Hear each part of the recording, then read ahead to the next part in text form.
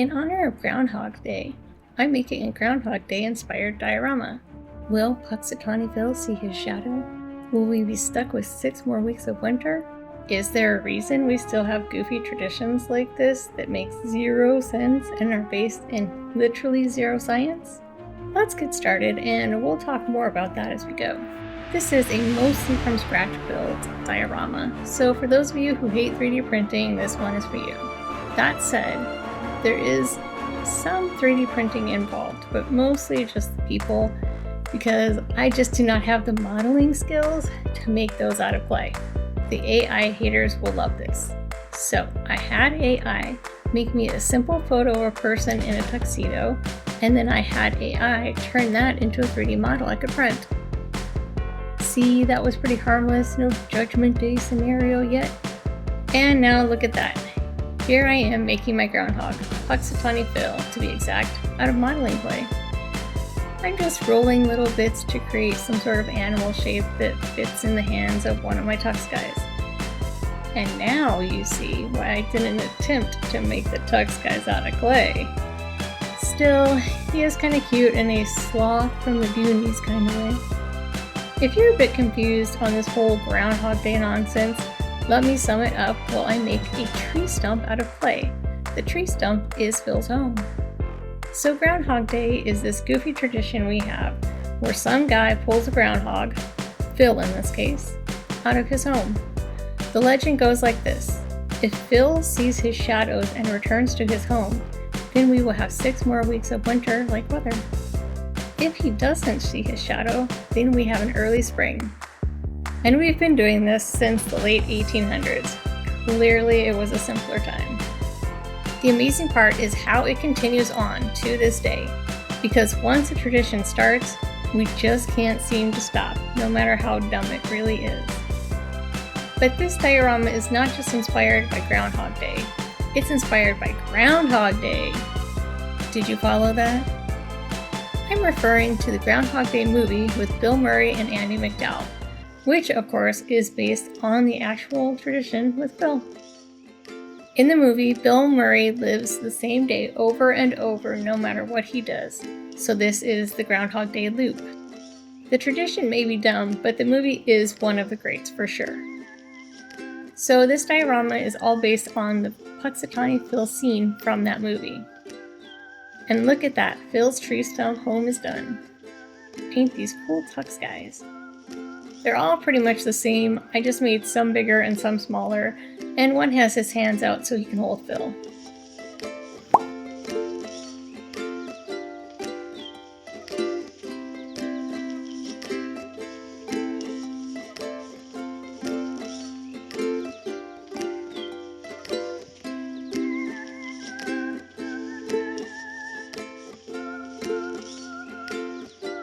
Let's get a little paint on this cute guy.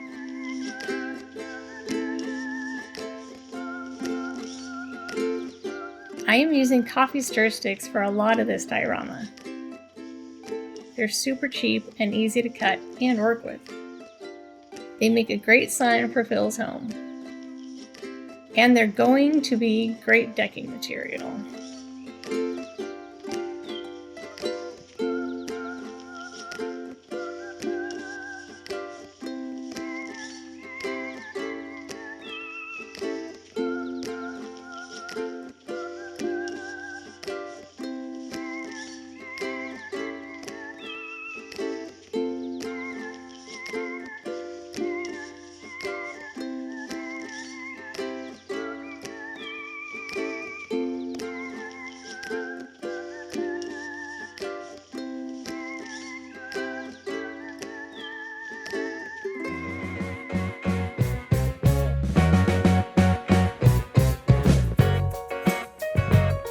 I need a structure for the deck, which I'll make with hot glue and cardboard.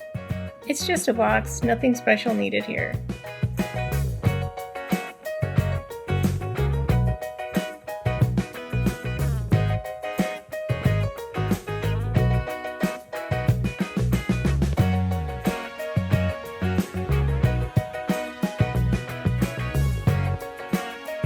Then some PVA glue, and the coffee stir sticks become deck planks.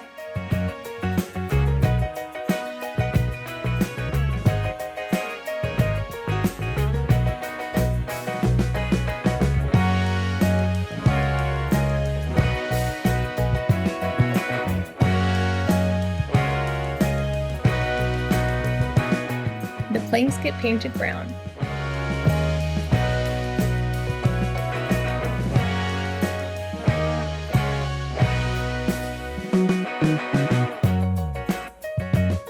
I need some of the stir sticks to look like stacked stone. I used a little rotary tool to cut in brick lines. A little paint on the cardboard in case any of it shows through later. I give them a base coat in one color and then throw in some accent colors in yellows and grays.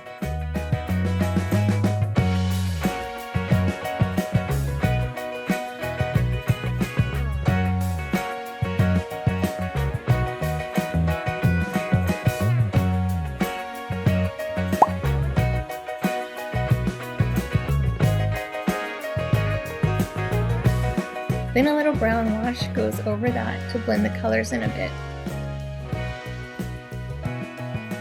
A little PVA glue on the cardboard and the planks get installed.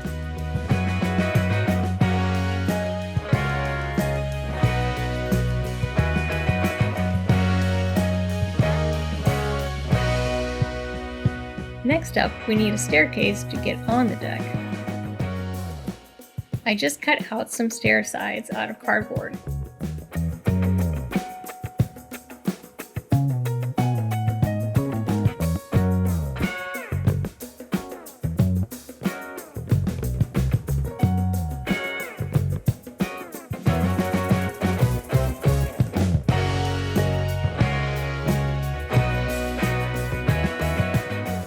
And then more coffee stir sticks for the treads.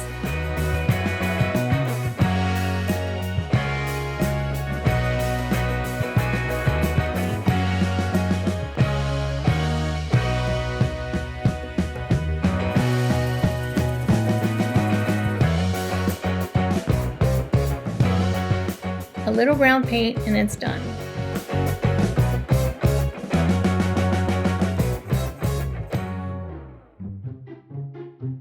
We need to get this deck stage thing up to OSHA safety requirements, which means we need a railing. If only I had some cheap, thin wood strips to use. Oh right, coffee stir sticks. I just cut some down to the sizes I wanted, then I tried to use CA glue to hold them together. I was thinking the CA glue wouldn't stick to a silicone mat, but I was wrong. So I redid that with some tacky glue instead. Live and learn.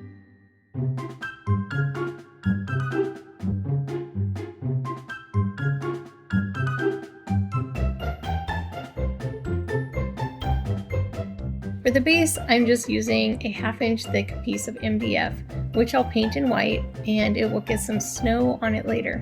While the MDF base dries, I can work on painting the 3 main characters of the movie, which are played by Bill Murray, Andie MacDowell, and Chris Elliott.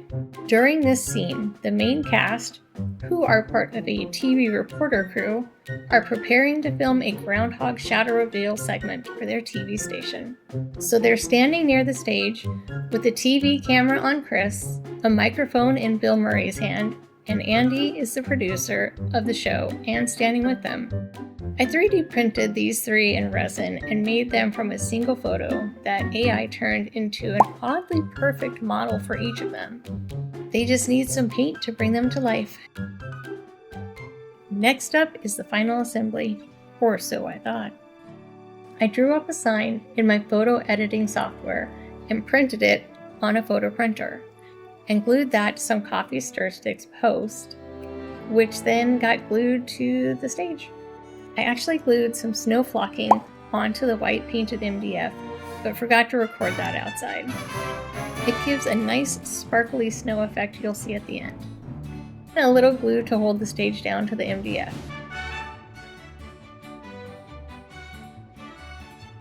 And then some CA glue to hold all the elements onto the stage.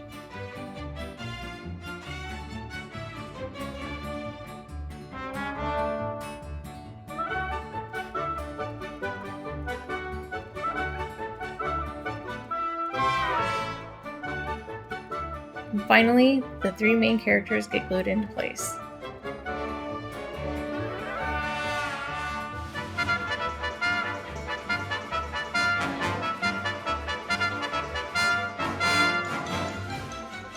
I thought I was done, but it looked too plain. It was missing some detail. We need some plant life. So I set out to make some trees from scratch. I rolled out a snake from some oven-baked modeling clay. Then poked in green bits of florist wire. Then glued on some wires and clump foliage on those. This isn't my technique. Something I have seen in other videos, and while it started out well, clearly I don't know what I'm doing because it did not end well. I tried several glues, but the clump foliage did not stick well to the wires, only the tree trunk. If you have any tips, let me know in the comments, please. But I decided to try a second technique I'd found online, which uses some old twine rope that I had laying around. It's a pretty neat idea. You just unravel the rope or twine into strands a few inches long. Then you take a length of wire, I'm using florist wire here, and cut it to twice the length of the tree height you want. Fold the wire in half and place the strands in between the folded wire pair. Using pliers, I twist the two cut ends of the wire together. I spread out all the twine strands evenly.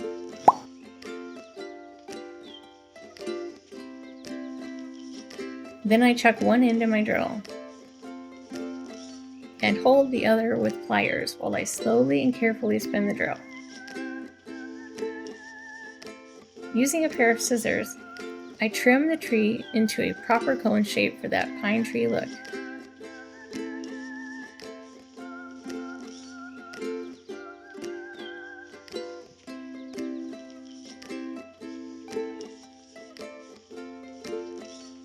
Next, I throw on some cheap green craft paint.